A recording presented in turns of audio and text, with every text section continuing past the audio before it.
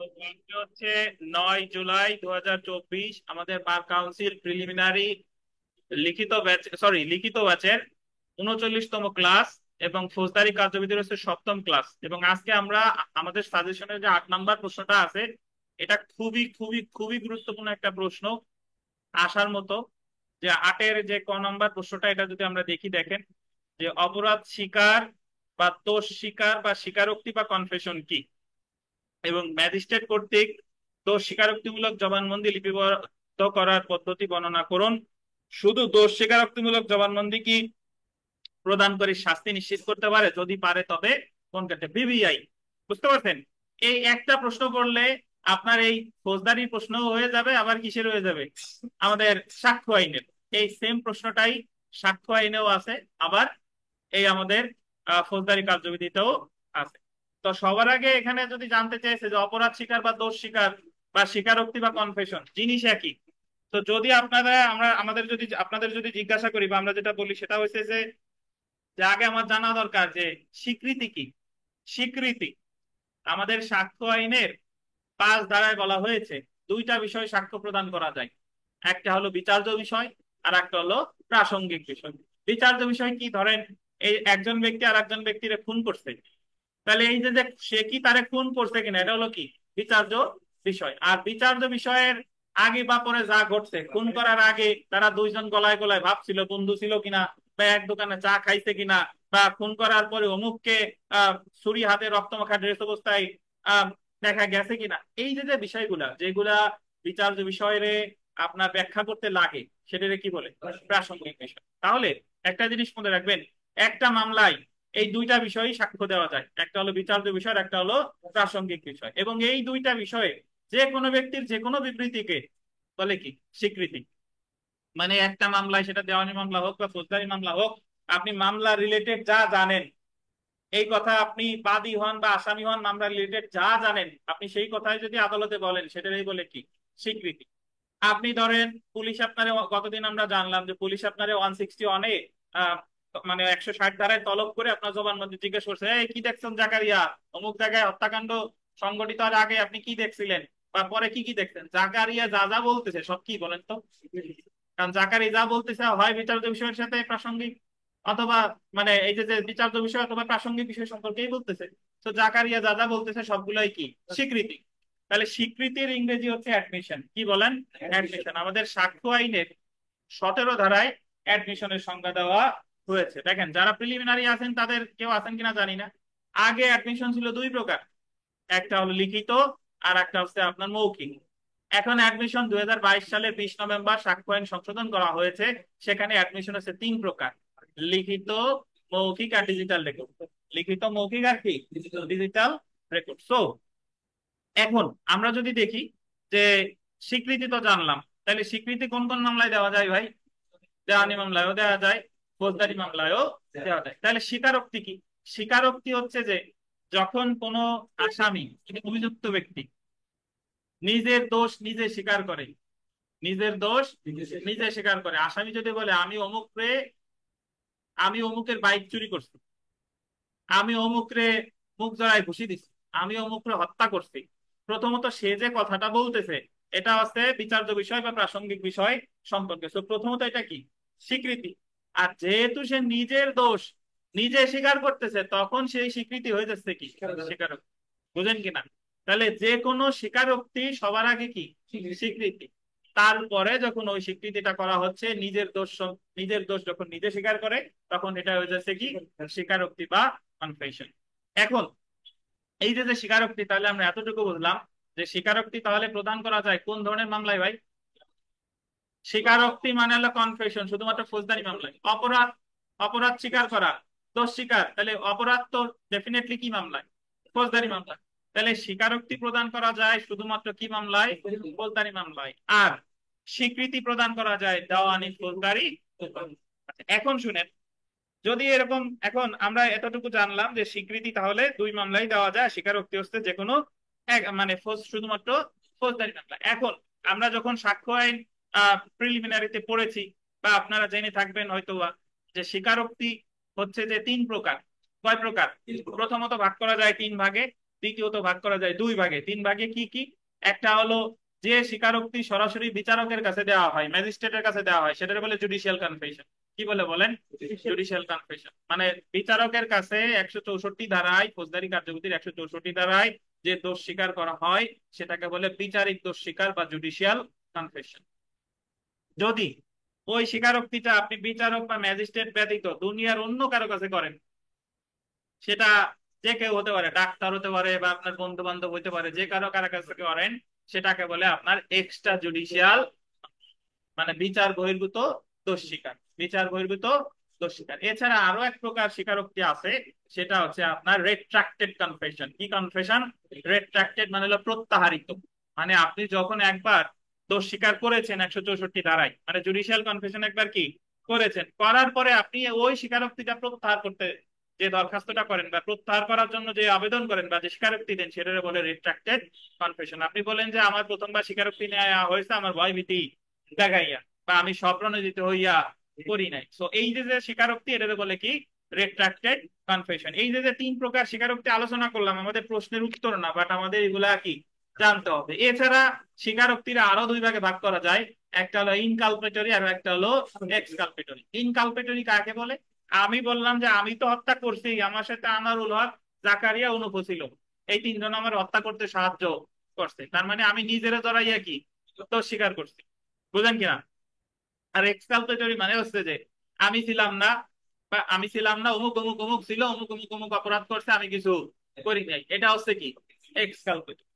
তো যদি পরীক্ষায় প্রিলিমিনারি পরীক্ষা যারা দিবেন তাদের যদি এরকম আসে যে স্বীকারোক্তি কয় প্রকার, স্বীকারোক্তি এক্স্যাক্টলি কয় প্রকার, এর কোনো উত্তর হয় না। এর কোনো উত্তর হয় না, কারণ সাক্ষ্য আইনের কোনো ধারায় বলে নাই যে স্বীকারোক্তি কয় প্রকার। এটা আমাদের সুবিধার্থে আমরা তিন প্রকারও করতে পারি, আবার কি দুই প্রকারও করতে পারি। ঠিক একইভাবে যদি আমরা এটা চিন্তা করি, দেখেন যে দুই ভাগে ভাগ করা যায় নাকি? কয় ভাগে ভাগ করা যায়? দুই ভাগে। দুই ভাগ হচ্ছে কি কি? একটা হলো ইনকালপেটরি আর একটা হচ্ছে এক্সকালপেটরি। তাহলে এখন আমাদের সাক্ষ্য আইনের, শুনেন, সাক্ষ্য আইনের 24 ধারায় বলছে, এটা সাক্ষ্য আইনে আমাদের বিষয়বস্তু না, বাট এটা আমাদের জানতে হবে। সাক্ষ্য আইনের 24 ধারায় বলছে স্বীকারোক্তি যদি আদায় করা হয় ভয় দেখাইয়া, প্রতিশ্রুতি দিয়া, তাহলে সেই স্বীকারোক্তি কি হবে না? গ্রহণযোগ্য হবে না, প্রাসঙ্গিক হবে না।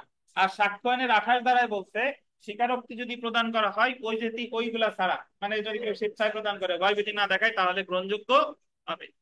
আর আমাদের সাক্ষ্য আইনের 25-26 ধারায় বলছে যে পুলিশের কাছে স্বীকারোক্তি দিলে গ্রহণযোগ্য, প্রাসঙ্গিক হবে না। পুলিশের কাছে যায় যদি কেউ স্বীকারোক্তি দেখ না কেন, সেটা কি হবে না? প্রাসঙ্গিক হবে না। তাহলে এখন মনে হইতে পারে যে পুলিশের কাছে দোষ স্বীকার কি কখনোই প্রাসঙ্গিক হবে না? তখন আমরা সাক্ষ্য আইনে যখন পড়বো 27 ধারায় প্রাসঙ্গিক হবে। 27 ধারায় বলছে যে পুলিশের কাছে স্বীকারোক্তি অনুযায়ী যদি কোনো আলামত উদ্ধার করা হয়, তাহলে যতটুকু ওই যে আলামত উদ্ধার করলো ততটুকু পর্যন্ত কি বলেন তো প্রাসঙ্গিক। আচ্ছা, তাহলে এখন যদি আমরা দেখি, আমাদের কিন্তু যা যা আলোচনা করলাম এই জিনিসগুলো আমাদের আসে নাই। আমাদের যেটা আসছে সেটা হলো অপরাধ স্বীকার বা দোষ স্বীকার বা স্বীকারোক্তি কি, এটা, আর হলো ম্যাজিস্ট্রেট কর্তৃক দোষ স্বীকারোক্তিমূলক জবানবন্দি লিপিবদ্ধ করার পদ্ধতি যেটা। তাহলে আমরা প্রথমে চলে আসি যে দোষ স্বীকার, স্বীকারোক্তি বা কনফেশন বা অপরাধ স্বীকার, এই সবগুলো জিনিসই কি বলেন তো একই জিনিস। আচ্ছা,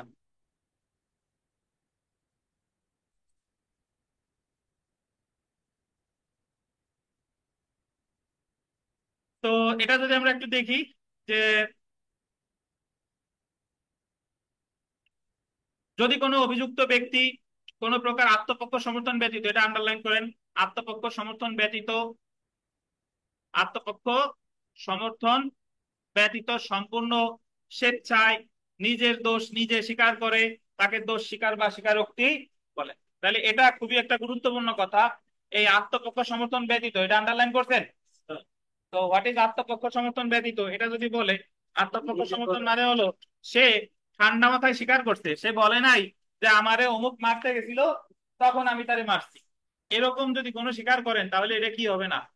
দোষ স্বীকার হবে না। আপনি বলবেন যে আমি একেবারে প্রি প্ল্যান অনুযায়ী ঠান্ডা মাথায় এই অপরাধটা করেছি, এটা যদি করেন তাহলে সেটা কি হবে বলেন? দোষ স্বীকার হবে। এখন আপনারা এই জায়গা, আমি শর্ট লেখার কারণে এই জায়গা কোনো উদাহরণ দেই নাই, যদি আপনার হাতে সময় থাকে একটা উদাহরণ দিতেও পারেন। তো এখানে একটা উদাহরণ লিখতে পারেন। উদাহরণ কি লিখবেন? উদাহরণ কিভাবে দেওয়া যায় বলেন?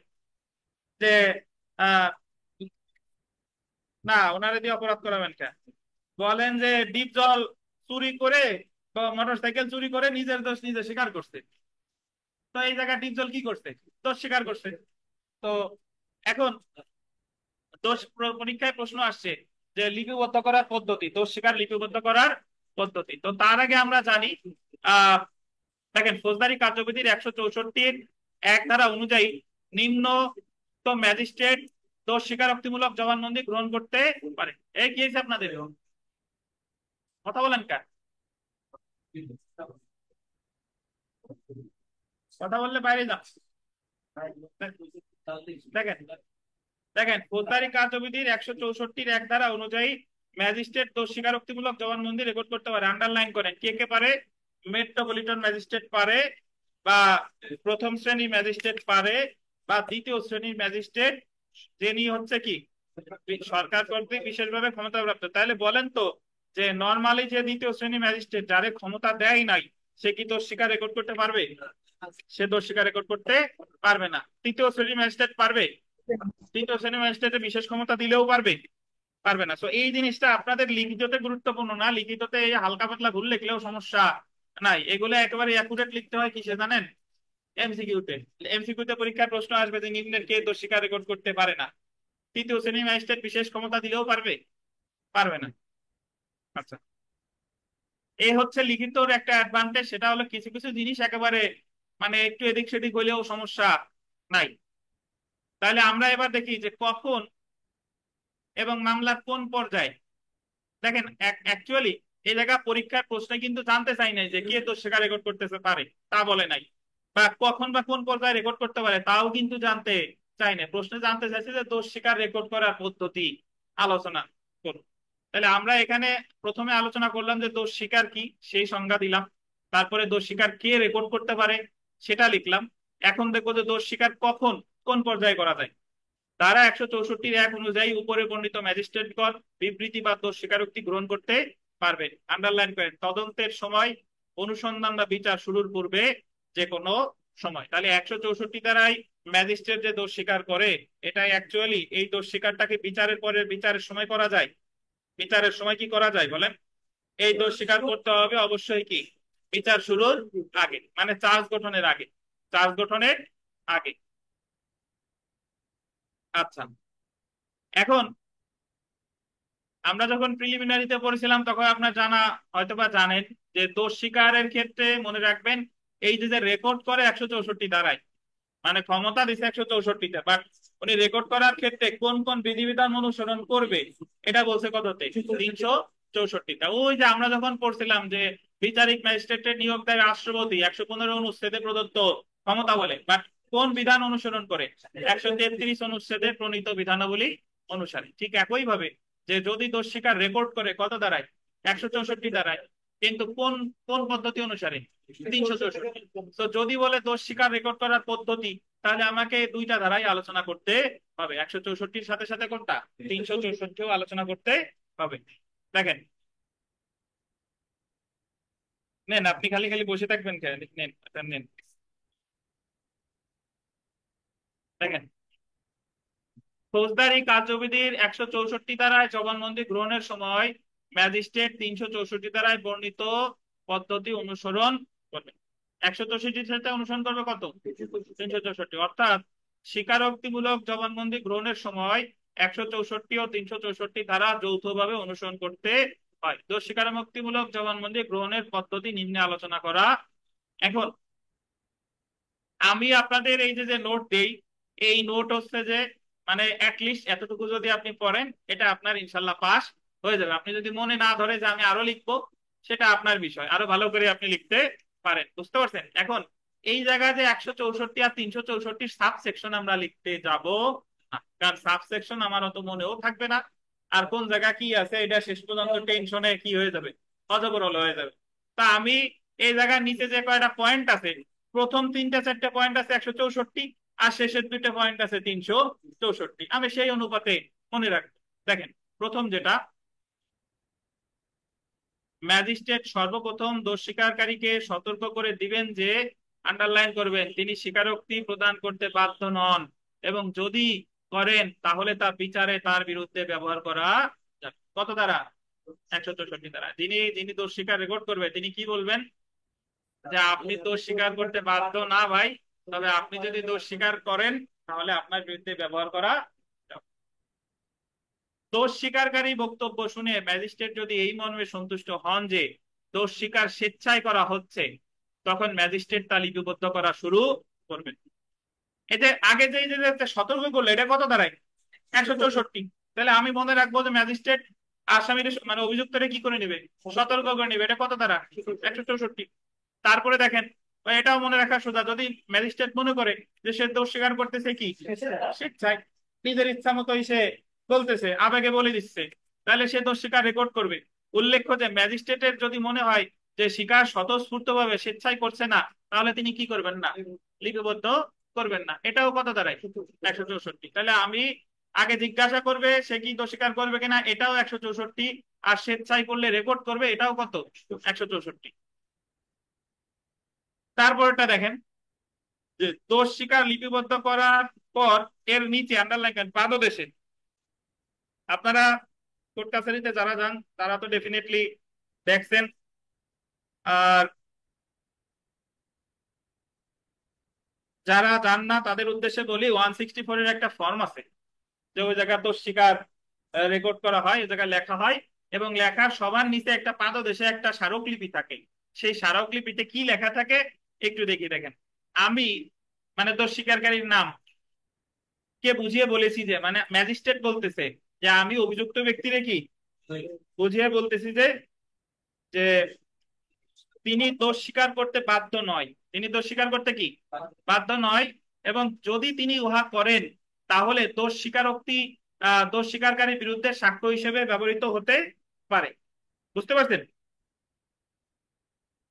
এবং আমি বিশ্বাস করি এই দোষ স্বীকারোক্তি, আন্ডারলাইন করেন, স্বেচ্ছা প্রণোদিত ভাবে করা হয়েছে। তো এই লাইন কিন্তু আপনার হুবহু মনে রাখার দরকার নেই। আপনি বলবেন যে 164 রেকর্ড করার পরে একটা পাদদেশে একটা স্মারকলিপি থাকবে, যেখানে ম্যাজিস্ট্রেট বলবে যে আমি অভিযুক্তকে বুঝিয়ে বলেছি যে দোষ স্বীকার করতে তিনি বাধ্য নন, তিনি যদি দোষ স্বীকার করেন তাহলে তার বিরুদ্ধে কি সাক্ষ্য হিসেবে ব্যবহৃত হতে পারে। এবং আমি বিশ্বাস করি যে এই দোষ স্বীকারোক্তি কি সে স্বেচ্ছা প্রণোদিত, বা আপনি বলবেন যে সে নিজের ইচ্ছায় প্রদান করেছে। এটা আমার আন্ডারলাইন করেন উপস্থিতিতে এবং শুনে করা হয়েছে, এবং স্বীকারোক্তি কারীকে এটা পড়ে শোনানো হয়েছে। তার মানে আমরা প্রিলিমিনারি পরীক্ষার অ্যাকচুয়ালি প্রিলিমিনারির ওই জায়গায় অনেক প্রশ্ন থেকে যায়, যে দোষ স্বীকার রেকর্ড করার পর তারে অবশ্যই কি করবে? পড়ে শোনাবে। এবং তিনি এটা নির্ভুল স্বীকার করেছেন, এবং তিনি কি বলবেন? এটা হচ্ছে নির্ভুল, এবং তিনি যে বিবৃতি দিয়েছেন এটা তার পূর্ণাঙ্গ এবং সত্য বিবরণ রয়েছে। ধারা কত? 164। তাহলে আমি দোষ স্বীকারোক্তির, যে দোষ স্বীকার করতেছে তারে বলবো যে আপনি স্বীকার করতে বাধ্য না, যদি স্বীকার করে তো করতে পারেন 164। সে যদি স্বেচ্ছায় দোষ স্বীকার করে তাহলে আমি রেকর্ড করবো কত? 164। এরপর পাদদেশে একটা স্মারকলিপি থাকবে, এটাও কত? 164। আপনার, আমি আবারও বলি, আপনার সাবসেকশন উল্লেখ করার কোনো দরকার নাই, নাই, নাই। সাবসেকশন উল্লেখ করতে যাই যদি আপনি এক সাবসেকশনের জায়গায় আর একটা লিখেন, তার চেয়ে আমার এইভাবে লেখাই কি ভালো। বুঝতে পারছেন? আচ্ছা, এবার তাহলে দেখি, আপনার দরকার পাস, আপনার তো আর 80 দরকার না, 80 দরকার আপনার 49.50 হলেও হবে। আর বার কাউন্সিল তো ওই পাবলিশ করে না যে কে হাইয়েস্ট মার্ক পাইছে, করে যে সে হলো এ গ্রেডের আইনজীবী আর সবচেয়ে কম পাইছে সে সি ডি গ্রেডের আইনজীবী, এটা তো না।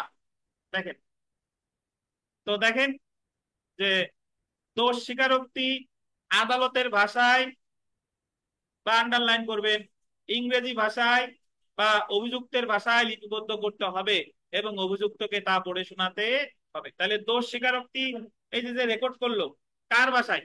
কি সমস্যা কোনো?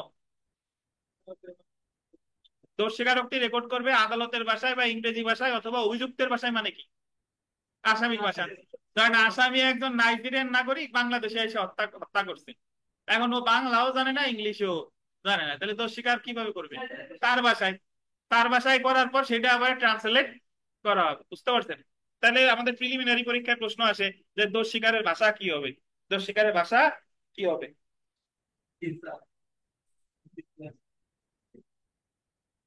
বুঝতে পারছেন? আদালতের ভাষা।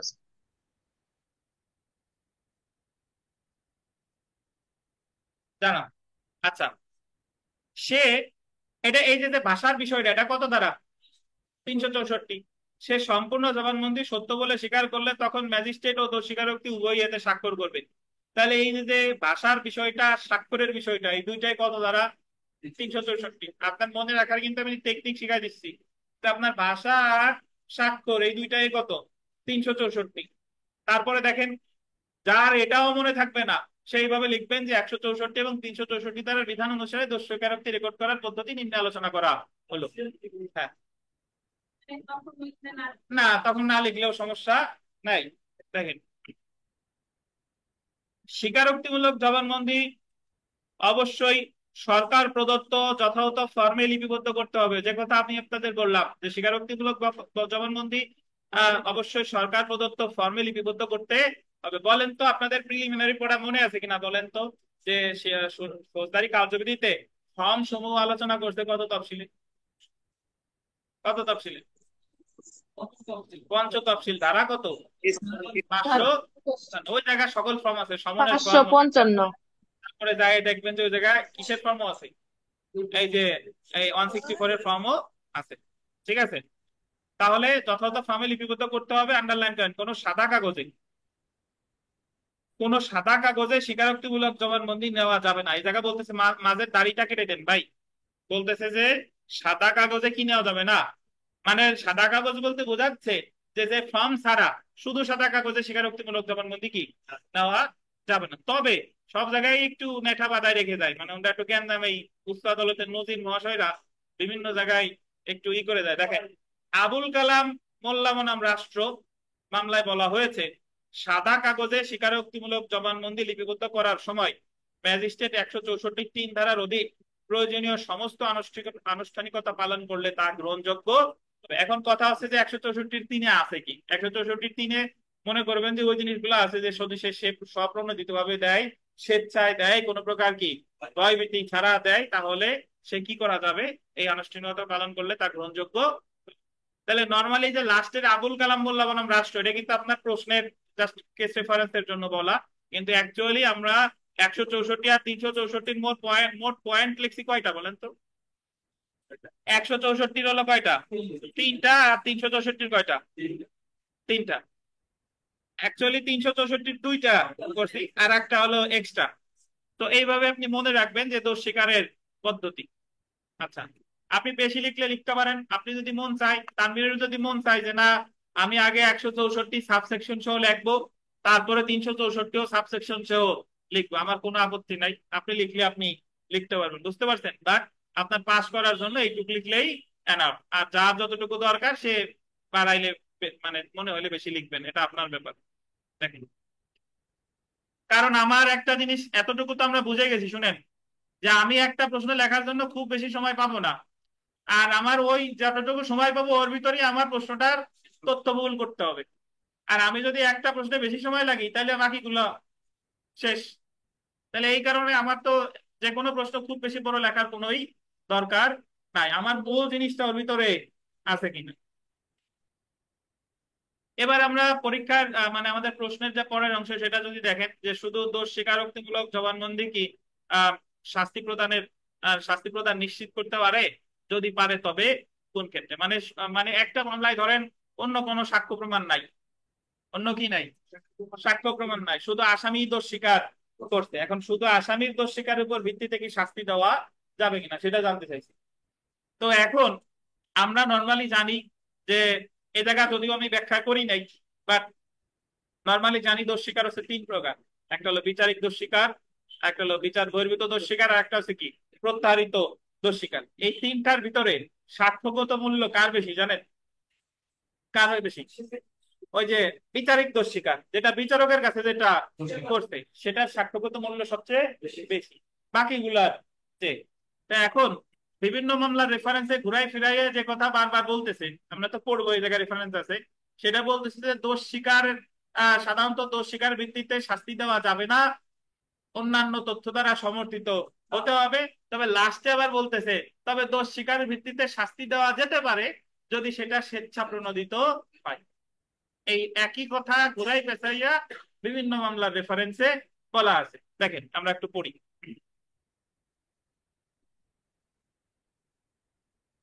বিচারিক, এবং একটা কথা বলিনি, এই যে এই অংশটুকুর উত্তরে আপনার কেস রেফারেন্স দিতেই হবে। এই যে দোষ স্বীকার কি দণ্ড প্রদানের ভিত্তি হবে কিনা, নর্মালি অন্যান্য জায়গায় না দিলে সমস্যা নাই, কিন্তু এই অংশের উত্তরে কি দেওয়া লাগবে? এই কেস নজির সাহেবরে আপনার সাথে নিতেই হবে, তাই হবে না। তো বিচারিক দোষ স্বীকার আন্ডারলাইন করেন, বিচারিক দোষ স্বীকার যদি সত্য ও স্বপ্রণোদিত হয় তাহলে তা সাক্ষ্য হিসেবে গ্রহণযোগ্য। বিচারিক দোষ স্বীকার মানে কোন দোষ স্বীকার? বিচারিক দোষ স্বীকার মানে হচ্ছে আপনার জুডিশিয়াল কনফেশন। দেখেন, কাজী মাহবুব উদ্দিন আহমেদ ওরফে মাহবুব বনাম রাষ্ট্র মামলায় বলা হয়েছে দোষ স্বীকারোক্তি স্বেচ্ছায় দেওয়া হলে এবং তা সত্য হলে অভিযুক্তদের বিরুদ্ধে ব্যবহার করা যায়। স্বীকারোক্তি স্বেচ্ছায় সাবলীল হলে অভিযুক্ত ব্যক্তির বক্তব্যের উপর নির্ভর করেই দোষী সাব্যস্ত করা যায়, এই জন্য সমর্থনমূলক প্রমাণের প্রয়োজন নাই। এই মামলায় বলছে যে আসামি যদি শুধু দোষ স্বীকার করে, অন্যান্য সাক্ষীদের সাক্ষ্যের সাথে যদি কি না থাকে, মিল নাও থাকে, তবুও তারা সাজা দেওয়া যেতে পারে যদি দোষ স্বীকার কি হয়, স্বেচ্ছায়। আবার দোষ স্বীকার করলে অনেক ক্ষেত্রে সাজা, মানে তার সাজা খালাসও দিতে পারে। ওই যে আপনারা হয়তো বা শুনছেন না, রিফাত মিন্নি ওই যে হত্যা মামলা একজনকে ফাঁসি দিছে বা চারে চারে খালাস দিছে, এই খালাস দেওয়ার মধ্যে একজন আছে যে সে 164 করছে, কিন্তু তারে আবার কি দিছে, খালাস দিছে। সো দিন শেষে কাউরে সাজা স্যার দিবে কি দিবে না? বরগুনা মেয়েটা, জি বলেন ভাই। স্যার বরগুনার ওই মেয়েটার হ্যাঁ হ্যাঁ হ্যাঁ, এলাকার নাম মনে নাই, জাস্ট ইয়াটা বলতে হবে। তাহলে এটা বলেন তো, মাহবুব মাহবুব উদ্দিন আহমেদ বনাম রাষ্ট্র, এই জায়গা কিন্তু ডিএলআর টিএলআর বলি নাই, তাহলে আপনি নামটা মনে রাখবেন, এই কেস রেফারেন্সটা আপনার মনে রাখা দরকার। সেটা হলো কাজী মাহবুব উদ্দিন আহমেদ বনাম কে, রাষ্ট্র। এই মামলায় কি বলছে যে দোষ স্বীকারোক্তি যদি স্বেচ্ছায় প্রদান করা হয় এবং এই দোষ স্বীকারোক্তির সাথে যদি অন্যান্য সাক্ষীদের সাক্ষ্যের কোনো কি না থাকে, মিল নাও থাকে, তবুও দণ্ড দেওয়া যেতে পারে। তারপরে আরেকটা দেখেন, রাষ্ট্র বনাম ইসলাম উদ্দিন 13 বিএলসি মামলায় বলা হয়েছে, বিএলসি বাংলাদেশ ল ক্রনিকলস, বিএলসি মনে রাখলে ভালো, বা 13 বিএলসি 81 মনে না রাখলে সমস্যা নাই, জাস্ট কি মনে রাখবেন, রাষ্ট্র বনাম কি ইসলাম উদ্দিন মামলায় বলা হয়েছে।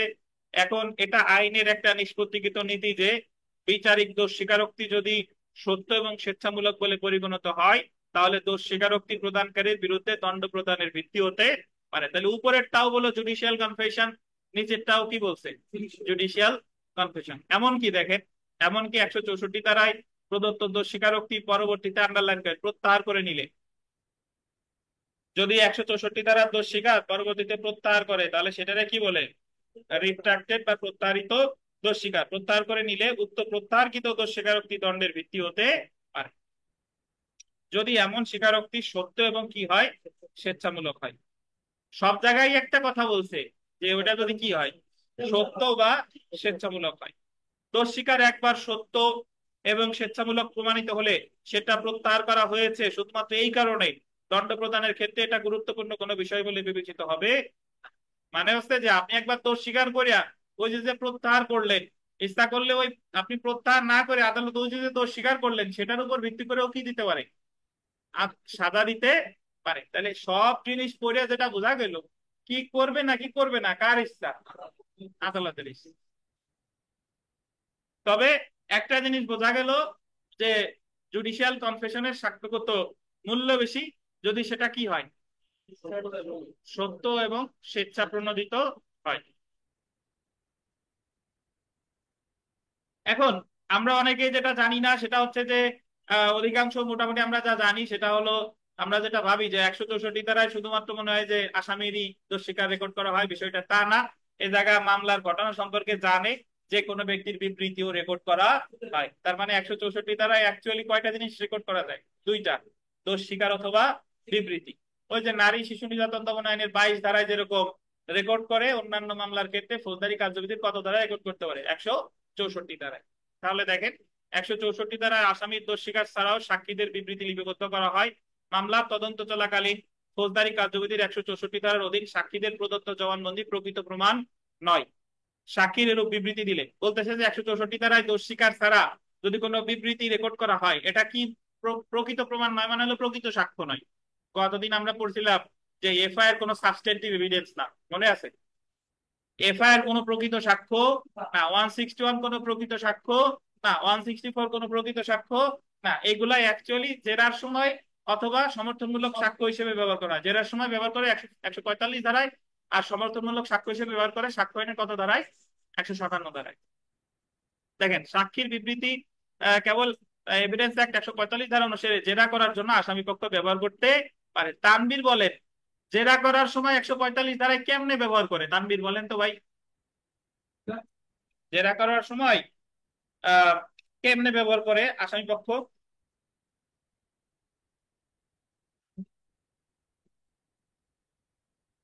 জি ভাই, রশিদ সাহেব। স্যার, স্যার ক্রস এক্সামিনেশন করে, স্যার ক্রস এক্সামিনেশন করে। আপনাদের না, রশিদ সাহেব কোনটা? আলম ভাই, ধরেন এই প্রশ্ন আসলো, সব জিনিস যে বাদবে তা না, এইভাবে আসবে যে 164 ধারার বিবৃতি কখন ব্যবহার করা যায় আর কখন ব্যবহার করা যায় না। আমি 1000 বার বলছি আপনাকে, কিন্তু আপনার অনুপ বলেন কখন ব্যবহার করা যায়? অনুপ জানেন না? এই আনিস, আপনি বলে দেন দি কখন ব্যবহার করা যায়? স্যার বলেছি। আমানুর সাহেব, 164 ধারায় ধরেন যে সাক্ষী বিবৃতি দিল, সে তো একসময় সাক্ষ্য দিতে আসবে না, আদালতে আসবে।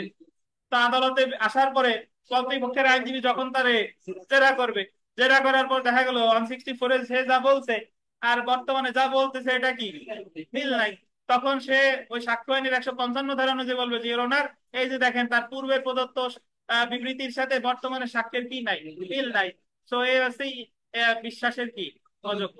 ইমপিচিং ক্রেডিট অফ উইটনেস, মনে আছে কিনা? সাক্ষ্য আইনের কত ধারায় আছে? 155 ধারায়। আগে ছিল 4টা, এখন কয়টা? 3টা। লাস্টের যেটা ওই যে আপনার প্রসিকিউটিক্স, যে বলাৎকার বা দুশ্চরিত্রা সম্পন্ন এই যে এটা এটা এখন কি দেওয়া হয়েছে? বাদ দেওয়া হয়েছে। আজকের পরীক্ষাও আসছে, কিন্তু আজকের পরীক্ষা অপশন ছিল 4টা। জি, বুঝতে পারছেন? তো আপনারা এই দোষ স্বীকারোক্তিমূলক যে জবানবন্দি, এই প্রশ্নটা ভিভিআই ভাই, এটা পড়ে ফেলবেন। এটা আসার মতো একটা প্রশ্ন। দেখেন, তাহলে এই প্রশ্ন নিয়ে 8 নাম্বার প্রশ্ন নিয়ে আপনাদের কোনো কোনো জিজ্ঞাসা আছে কিনা?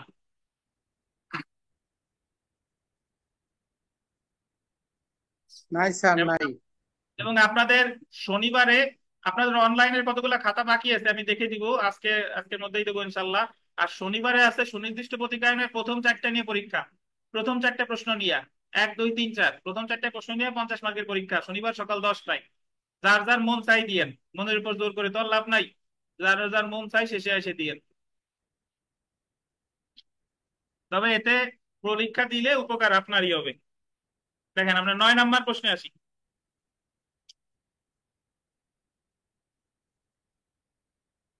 তাহলে তানভীর সাহেবরে আমি একটু আর একটা প্রশ্ন জিজ্ঞাসা করি। তানভীর সাহেব, অপরাধ স্বীকার আর স্বীকারোক্তির ভিতরে পার্থক্য কি? শিওর? একই?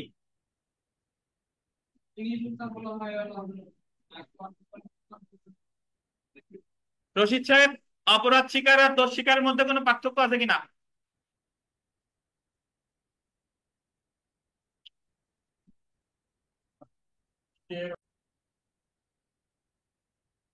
নারাজি আবেদন কি? ইংলিশে আন্ডারলাইন করেন, প্রোটেস্ট পিটিশন। পুলিশ কর্তৃক দাখিলকৃত চূড়ান্ত প্রতিবেদনের বিরুদ্ধে তথ্য প্রদানকারীর কি কোনো প্রতিকার আছে? সংশ্লিষ্ট আইন উল্লেখপূর্বক উত্তর দাও। এই কয়ের উত্তর যা। 6 নাম্বার দেখেন, একটি ফৌজদারি মামলার তদন্তে নারাজি দরখাস্তের ধারণা ব্যাখ্যা করুন। পুলিশ প্রতিবেদনের বিরুদ্ধে দাখিলে নারাজি দরখাস্তের প্রেক্ষিতে ম্যাজিস্ট্রেটের করণীয় কি বর্ণনা করুন। দুইটার উত্তরই হুবহু এক। তো নারাজি আসলে কি? নারাজি হচ্ছে একটা আরবি শব্দ, এর অর্থ হচ্ছে আমি মানি না। অর্থাৎ যখন আমরা গতদিন বিস্তারিত করেছিলাম যে পুলিশ রিপোর্ট দেয় 173 ধারায়, পুলিশ রিপোর্ট হচ্ছে দুই প্রকার, একটা হলো চার্জশিট আর একটা হলো ফাইনাল রিপোর্ট। চার্জশিট দেয় যখন তদন্তকারী কর্মকর্তা ইনভেস্টিগেটিং অফিসার তদন্ত করে ঘটনার সত্যতা পায়, তখন বলে অমুক অমুক অমুকের বিচারে সুপারিশ করে, এটা বলে চার্জশিট।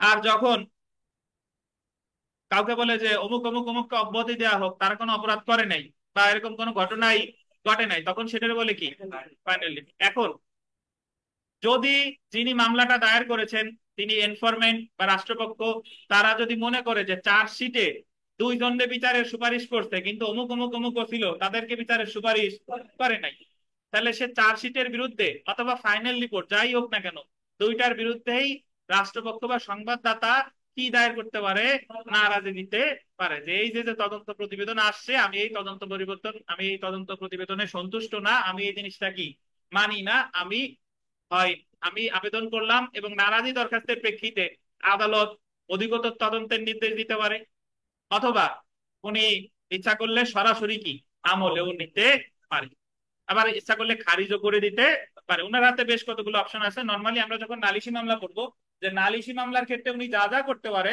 নারাজি আহ নারাজি দরখাস্তের ক্ষেত্রেও তাই তাই করতে পারে। তো এখন যদি পরীক্ষায় প্রশ্ন আসে, তানভীর সাহেব বলেন যে নারাজি দরখাস্ত দেওয়া যায় কি জিয়ার মামলায় না সিয়ার মামলায়?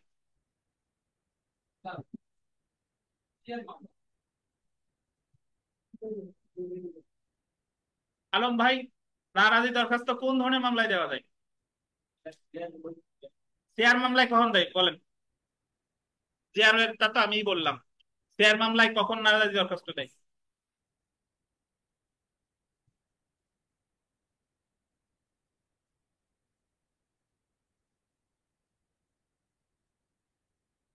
সিয়ার মামলা দেয় না, চার্জশিট নাই, বাট তদন্ত প্রতিবেদন তো আসে, 202 ধারায় তদন্ত দেয় না শেয়ার মামলায়। শেয়ার মামলায় শুনেন, শেয়ার মামলায় যখন 200 ধারায় জবানবন্দি নেওয়ার পরে উনি যদি 202 ধারায় তদন্ত দেয় এবং তদন্তে আসলো ঘটনা সত্য না, তখন বাদী প্রতিকার কি? ওই তদন্তের বিরুদ্ধে কি দেওয়া, নারাজি দরখাস্ত দেওয়া। বুঝতে পারছেন? তাহলে নারাজি দরখাস্ত শেয়ার মামলায় দেওয়া যায়। নারাজি দরখাস্ত কি কেউ আসছে কি জায়গায়? হ্যাঁ, তাই তো মনে হলো। শেয়ার মামলাও দেওয়া যায়, জিয়ার মামলাও দেওয়া যায়। দেখেন যে শেয়ার মামলায় ঢুকছে না জিয়ার মামলায়, না এত সদলই আসছে। দেখেন, আচ্ছা আচ্ছা দেখেন,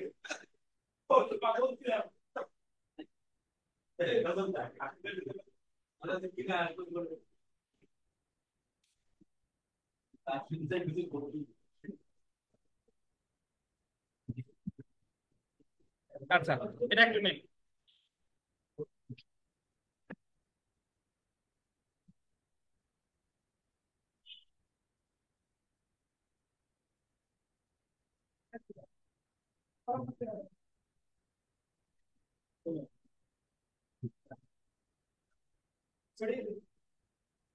আচ্ছা ভাই, তাহলে একটু দেখেন যে নারাজি আবেদন কি পুলিশ, আমরা তো নারাজি জানলাম শেয়ার মামলায় দেওয়া যায়, জিয়ার মামলায়ও দেওয়া যায়, তাহলে আমরা নারাজি দরখাস্ত বা প্রোটেস্ট পিটিশন একটু দেখি। আহ নারাজি অর্থ হলো আমি মানি না দাখিলকৃত তদন্ত বা অনুসন্ধান, আন্ডারলাইন করেন, তদন্ত বা অনুসন্ধান প্রতিবেদনের বিরুদ্ধে সংক্ষুব্ধ এজাহারকারী বা সংবাদদাতা বা নালিশকারী উক্ত রিপোর্ট প্রত্যাখ্যান করে। কে কে দিতে পারে? এজাহারকারী, সংবাদদাতা অথবা কে নালিশকারী। যদি এজাহারকারী বা সংবাদদাতা হয় তাহলে বুঝবেন এটা কি মামলা, চেয়ার মামলা। যদি নালিশকারী হয় তাহলে এটা কি মামলা, চেয়ার মামলা। উক্ত রিপোর্ট প্রত্যাখ্যান করে যে দরখাস্ত বা পিটিশন দাখিল করে তাকেই নারাজি দরখাস্ত বলে। তদন্তকারী কর্মকর্তা তার তদন্তের শেষে ফৌজদারি কার্যবিধি 1898 এর 173 ধারা মতে পুলিশ রিপোর্ট প্রদান করেন। তদন্তকারী কর্মকর্তা তার তদন্তে যদি দেখেন যে সাক্ষ্য দ্বারা আনিত অভিযোগ প্রাথমিকভাবে প্রমাণিত হয়েছে, তাহলে তিনি অভিযোগপত্র বা চার্জশিট দাখিল করেন। অন্যদিকে আনিত অভিযোগ প্রাথমিকভাবে প্রমাণিত না হলে সেক্ষেত্রে ফাইনাল রিপোর্ট বা চূড়ান্ত প্রতিবেদন দাখিল করেন। উভয় প্রতিবেদনকে ফৌজদারি কার্যবিধি 1898 এর 173 ধারা মতে পুলিশ রিপোর্ট বা পুলিশ প্রতিবেদন বলা হয়। তদন্তকারী কর্মকর্তা পুলিশ প্রতিবেদন দাখিল করলে ফরিয়াদি কিংবা সংবাদদাতা উক্ত প্রতিবেদনের বিরুদ্ধে আদালতে আপত্তি দাখিল করতে পারেন। ফরিয়াদি কিংবা সংবাদদাতার এই ধরনের আপত্তি দাখিলকে নারাজি দরখাস্ত বলে। আবেদন না আসলেও চূড়ান্ত প্রতিবেদন পাঠ করে ম্যাজিস্ট্রেট যদি দেখেন যে ঘটনা আরো তদন্ত করা প্রয়োজন, তখন তিনি আদেশ দিবেন, ইহাও নারাজির আওতায় আসে। মানে ওনার কাছে কেউই দরখাস্ত করে নাই, উনি নিজের ইচ্ছায়ও অধিকতর তদন্ত যদি দেয় তাহলে এটা ধরে নেওয়া হবে কি এটা নারাজির আওতায় আসে। এই কথাটাই বলছে কত মামলায়, 47 DLR 478। আপনিও বলবেন যে উচ্চ আদালতের নজির অনুযায়ী তদন্ত প্রতিবেদনের বিরুদ্ধে যদি কেউ কোনো সংবাদদাতা বা নালিশকারী যদি কোনো আপত্তি নাও জানায়, কিন্তু ম্যাজিস্ট্রেট স্বপ্রণোদিত হয়ে যদি অধিকতর তদন্তের নির্দেশ দেয়, এটাও কিসের আওতায় আসে? নারাজির আওতায় আসে। বিচারিক নজিরে এই কথা বলা আছে। দেখেন, শাহজাহান শাহজাহান আলী মন্ডল বনাম বেলায়েত হোসেন বলেন, এই শাহজাহান আলী মন্ডল বনাম বেলায়েত হোসেন, ইয়া বলেন আমাদের সজল ভাই, বলেন এটা কি সিয়ার মামলা না জিয়ার মামলা? শাহজাহান আলী মন্ডল বনাম বেলায়েত হোসেন, এটা কি মামলা? সজল বলেন, কেমনে বুঝলেন সিয়ার মামলা? বলেন। দেখতে সুন্দর।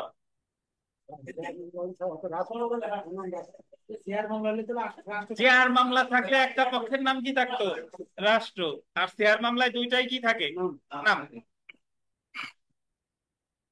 আচ্ছা, এই মামলায় বলা হয়েছে নারাজি পিটিশন হলো ফৌজদারি কার্যবিধি 200 ধারার অধীনে অভিযোগের একটি পিটিশন, এবং পিটিশন গ্রহণ করে ম্যাজিস্ট্রেট অভিযুক্ত ব্যক্তির বিরুদ্ধে অভিযোগ আমলে নিতে পারেন বা পুলিশ কর্তৃক অধিকতর তদন্তের নির্দেশ দিতে পারেন।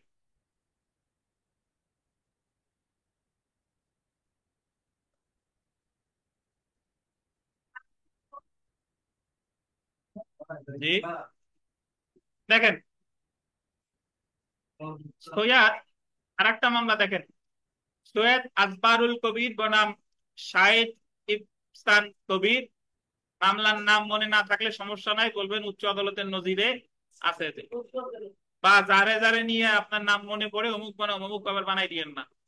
দেখেন, এই মামলায় বলা হয়েছে ম্যাজিস্ট্রেট ফাইনাল রিপোর্ট মেনে নিলে সংক্ষুব্ধ সংবাদদাতা নারাজি দরখাস্ত দায়ের করতে পারেন, অথবা একই বিষয়ের উপর ভিত্তি করে নতুন নালিশি দরখাস্ত দাখিল করতে পারেন। নারাজি পিটিশন ও এক ধরনের নালিশি দরখাস্ত। এরূপ দরখাস্ত নারাজি দরখাস্ত নামে পরিচিত। এখানে বিশেষভাবে উল্লেখ্য যে একজন অভিযুক্ত ব্যক্তি নারাজি দরখাস্ত দাখিল করতে পারে না, বা একজন অভিযুক্ত, আন্ডারলাইন করেন এটা, অভিযুক্ত ব্যক্তি মানে কি বলতেন? আসামি। আসামি কখনো নারাজি দিতে পারে না, বা একজন অভিযুক্ত ব্যক্তি অধিকতর তদন্তের আবেদনও করতে পারে। মানে যদি চার্জশিট আসে, আসামি বলতে পারবে না যে আমি নারাজি দিলাম, আমি চার্জশিট মানি না, এটা করতে পারবে না। তাহলে চার্জশিট আসলে আসামির প্রতিকার হচ্ছে সে ডিসচার্জের আবেদন করা, ওই যে চার্জ গঠনের আগে যে চার্জ শোনানো হয়, ডিসচার্জের আবেদন করা। ডিসচার্জ যদি তারা না করে, তাহলে ওটার বিরুদ্ধে কি করবে? রিভিশন করবে। এখন পরীক্ষায় প্রশ্ন আসছে যে নারাজি দরখাস্ত যদি ম্যাজিস্ট্রেটের কাছে দেওয়া হয়, তাহলে ম্যাজিস্ট্রেট কি কি করতে পারে, কিভাবে নিষ্পত্তি করবে। দেখেন, সিআর বা এফআইআর এর মামলার ক্ষেত্রে তদন্ত কর্মকর্তা তদন্ত প্রতিবেদন বা পুলিশ রিপোর্ট দাখিল করলে এজাহারকারী বা সংবাদদাতা উক্ত রিপোর্টের বিরুদ্ধে নারাজি দরখাস্ত দাখিল করতে পারেন। এমন নারাজি পিটিশনকে ম্যাজিস্ট্রেট নালিশি দরখাস্ত হিসেবে গ্রহণ করে, আন্ডারলাইন করবেন, ফৌজদারি কার্যবিধি 200 ধারা থেকে 203 ধারা বিধান অনুসরণ করতে পারেন। নারাজির পিটিশন 200 ধারার অধীনে একটি নতুন অভিযোগ, এবং এমন দরখাস্ত গ্রহণ করার পর ম্যাজিস্ট্রেট, আন্ডারলাইন করবেন, 190 ধারায় উক্ত অভিযুক্ত ব্যক্তির বিরুদ্ধে অপরাধ আমলে নিতে পারেন, পুলিশ কর্তৃক অধিকতর তদন্তের নির্দেশ দিতে পারেন, অথবা 203 ধারায় অভিযুক্ত কি করতে পারেন।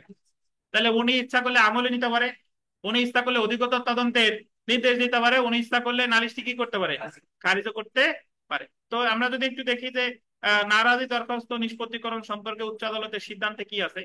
বিচারিক নজিরে আছে যে নারাজি আবেদন দাখিল করা হলে এটাকে নালিশের আবেদন হিসেবে গণ্য করতে হবে, এবং ম্যাজিস্ট্রেট উচিত ফৌজদারি কার্যবিধি 200 ধারা অথবা 202 ধারার বিধান অনুসরণ করা। এছাড়া উচ্চ আদালতের বিভিন্ন সিদ্ধান্তের আলোকে ম্যাজিস্ট্রেট নিম্নবর্ণিত যে কোনো একটি পদ্ধতিতে নারাজি দরখাস্ত নিষ্পত্তি করতে পারেন। এক, উক্ত আবেদনকে সরাসরি আমলে নিতে পারে, ব্র্যাকেটে লেখেন 190 ক।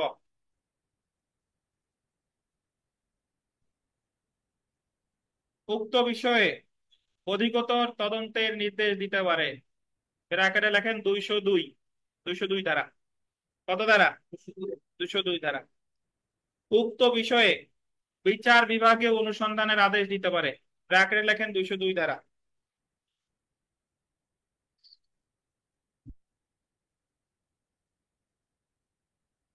4 নাম্বার লেখেন নারাজি আবেদনকে নামঞ্জুর করতে পারে, নামঞ্জুর বা খারিজ করে 203 ধারা, 203 ধারা।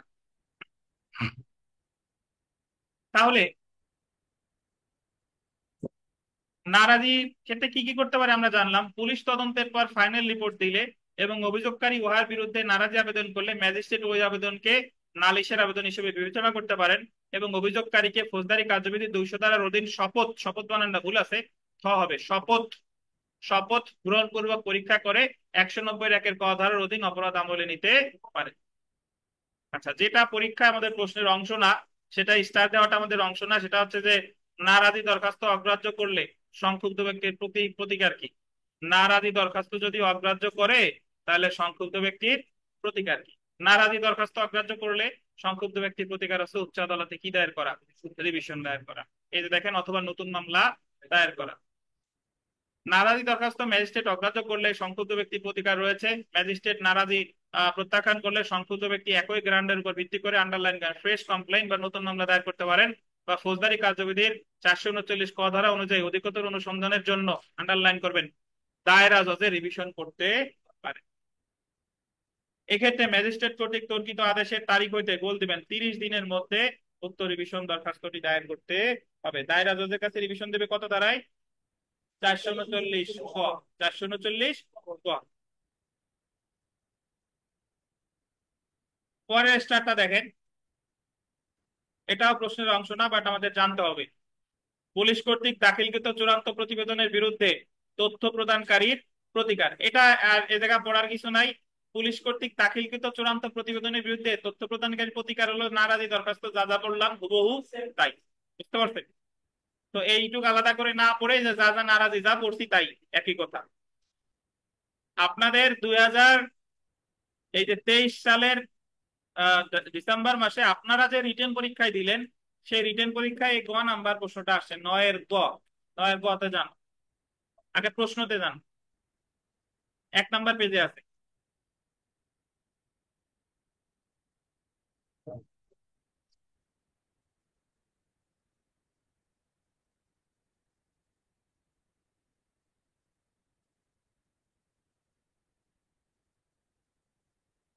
দেখেন, এক্স অয় কে প্রহার করে, মানে এক্স মারছে কারে? অয় রে। এতে অয় প্রচন্ড ক্রোধান্বিত হয় এবং জেড অয় এর ক্রোধের সুযোগ নিয়ে অয় কর্তৃক এক্স কে হত্যার অভিপ্রায়ে অয়ের হাতে একটি ছুরি তুলে দেন। জেড হলো মজা নিছে বাইরে বৈশা, সে অয়ের হাতে কি দিছে? ছুরি দিছে, যে এক্স এ তুমি শেষ করে ফেলাও। অয় ছুরির সাহায্যে 3/11/2023 তারিখ সকাল 9টায় সদর থানাধীন রসুলপুর বাজারে এক্স কে হত্যা করে। এ জায়গা ভিকটিম কে? মারা গেছে কে? এক্স। ঘটনা ঘটাইছে কে? অয়। অয় রে সহায়তা করছে কে? জেড। এই ঘটনায়, এই ঘটনায় পুলিশ ওয়াই ও জেড কে অভিযুক্ত করে দ্য পেনাল কোড 1860 এর 109, ওই যে সহায়তা করছে, 34, 323 এবং 326। 109-তে সহায়তা, 34-এ আসে প্রি প্ল্যান মানে পূর্ব পরিকল্পনা কমন ইন্টেনশন, 323-এ আছে কি শুধু আঘাত, আর 326-এ আছে গুরুতর আঘাত। প্রতিবেদন দাখিল করে। দ্য পেনাল কোড 1860 অনুযায়ী ওয়াই ও জেড এর ফৌজদারি দায় নিরূপণ পূর্বক পুলিশ প্রতিবেদনের বিরুদ্ধে সংশ্লিষ্ট আদালতে দাখিলের নিমিত্তে একটি নারাজি দরখাস্ত প্রস্তুত করুন। দেখেন, এই জায়গায় কি 302 ধারা আছে? তারা কি করছে? বাড়তেছে। তাহলে এই জায়গায় আপনার পুলিশের তদন্ত প্রতিবেদন দিছে, এটারে কি করতে, আপনার কি করতে হবে? বাদী হিসেবে আপনি এই তদন্ত প্রতিবেদনের বিরুদ্ধে সংক্ষুব্ধ, তাহলে নারাজি দরখাস্ত প্রস্তুত করুন, মানে হচ্ছে আমরা নারাজি দরখাস্তের মুসাবিদা করতে বলছে। তো আমরা একটু চলে আসি, দেখেন এই জায়গায় একটু চলে আসি যে মাননীয়, এই জায়গা যদি আপনি দেখেন, এই জায়গা জাস্ট রসুলপুর বলছে, বাট রসুলপুর কোন জায়গা আর কোন থানা মানা জেলা টেলা কিন্তু কিছু নাই। তো জেলা আপনি ইচ্ছা করলে নিজের মতো করে একটা কি বানাই দিতে পারেন। মাননীয় জুডিশিয়াল ম্যাজিস্ট্রেট আদালত চট্টগ্রাম, সূত্র সদর রসুলপুর, থানার মামলা নং এত, জিআর মামলা নং এত। বলেন তো এটা জিআর মামলা হলো কেন? হ্যাঁ, হ্যাঁ, রাষ্ট্র। এ জায়গা বাদী হচ্ছে কে? রাষ্ট্র বনাম ওয়াই আর জেড, এই দুজন হচ্ছে কি আসামি। লেখা কিন্তু খুব সোজা। বিষয়, বাদী পক্ষে নারাজি দরখাস্ত, বাদী পক্ষে নারাজি দরখাস্ত বাদী পক্ষে বিনীত নিবেদন এই যে অত্র মামলার পুলিশ প্রতিবেদনের পর্যালোচনার জন্য দিন ধার্য আছে। সূত্রোক্ত মামলায় পুলিশ তদন্তের প্রতিবেদনে আসামিদা এক্স ও ওয়াই কে দা পেনাল কোডের এত এত ধারায় অভিযুক্ত করা হয়, উক্ত প্রতিবেদন কি সঠিক নয়।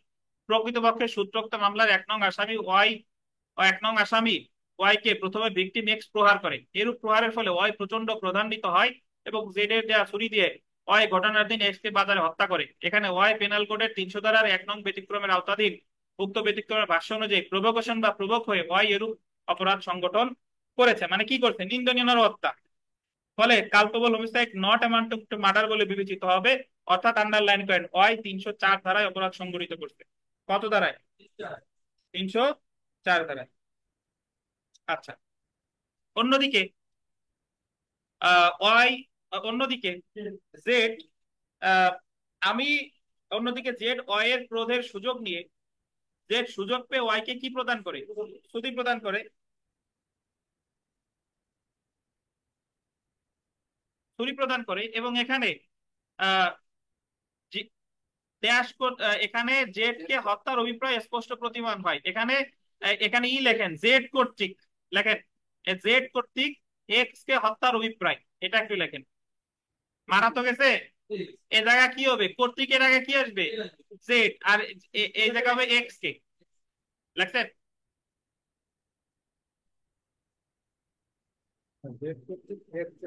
জেড কর্তৃক এক্স কে হত্যার অভিপ্রায় স্পষ্ট কি হয়? প্রতিমান হয়। ফলে তা পেনাল কোড 1860 এর 108 ধারা অনুযায়ী অ্যাবেটর হিসেবে কি হবে? গণ্য হবে। যেহেতু এরূপ হত্যার সহযোগিতার ব্যাপারে দ্য পেনাল কোড 1860 এর সুস্পষ্ট বিধান নাই, তাই 109 ধারার অধীন হিসেবে খুনের অপরাধের সংগঠনে কি হবে? দোষী হবে। তাই পেনাল কোড 300 ধারার ব্যতিক্রম 1 এর বক্তব্য এবং উদাহরণ অনুযায়ী জেড খুন করেছে মর্মে কি হবে? গণ্য হবে। জেড কে পেনাল কোডের 109 ধারার সূত্রে 302 ধারায় শাস্তিযোগ্য অপরাধ সংগঠন করেছে। তো এই জায়গায় ওয়াই দণ্ডিত হতে পারে কত? 304-এ। আর জেড এই জায়গাতে কাজটা করছে সে কত? 109/302। অতএব বিজ্ঞ আদালতের নিকট বিনীত নিবেদন এই যে উপযুক্ত কারণ বিবেচনা করে আইন ও ন্যায় বিচারের স্বার্থে আইনের বিধান মতে বাদী পক্ষ কর্তৃক দাখিলকৃত নারাজি দরখাস্তখানা মঞ্জুর পূর্বক পুলিশ প্রতিবেদন প্রত্যাখ্যান পূর্বক ডিবি বা পিবিআই কর্তৃক অধিকতর তদন্তের আদেশ দেনের বিহিত মর্জি হয়। তারিখ এত। তাহলে আর নারাজি দরখাস্ত লেখা কি খুব বেশি কঠিন ছিল? আমরা জানি না, যারা কোর্টে যান তারা পারছেন, কিন্তু নর্মালি যারা জানি না তারা ভাবছি যে কি না কি জানি এই জায়গা আছে। কিন্তু এই জায়গাতে আপনি এই ধরনের প্রশ্ন সলভ করা আরো বেশি কঠিন। আমার কিছু মুখস্থ করা লাগে না, ওই পড়ে ওই জায়গা কি বলছে ফরম্যাট দেখে সেই অনুযায়ী লিখে দিলাম।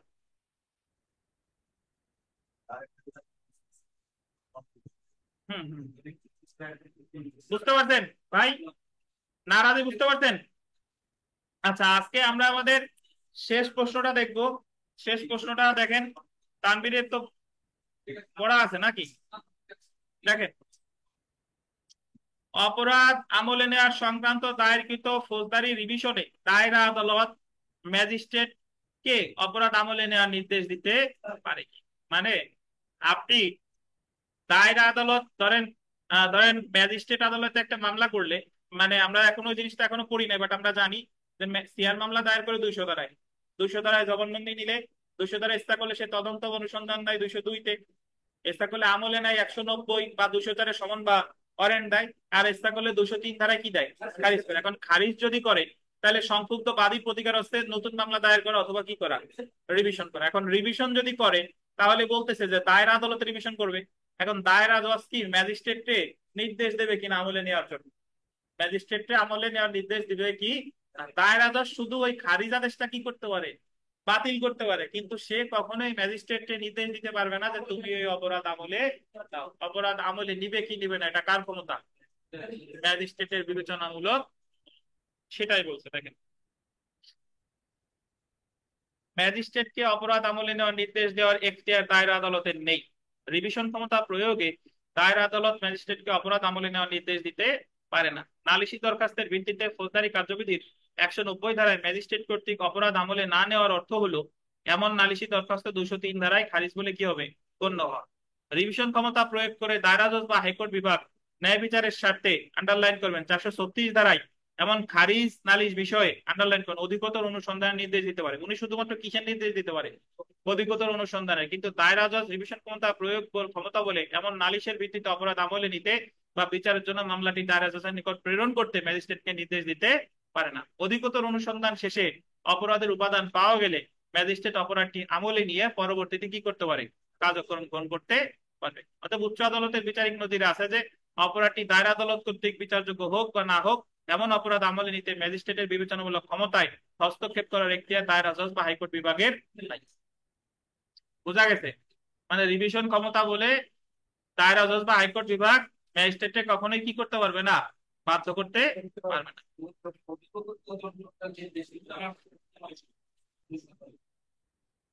তো আজকে এই পর্যন্তই, ঠিক আছে। বৃহস্পতিবার আপনাদের পড়া থাকবে ইনশাল্লাহ। বৃহস্পতিবার আপনারা ফৌজদারি কার্যবিধির 1 নাম্বার আর 2 নাম্বার প্রশ্নটা পড়ে আসবেন, আমাদের সাজেশনের 1 আর 2। জি।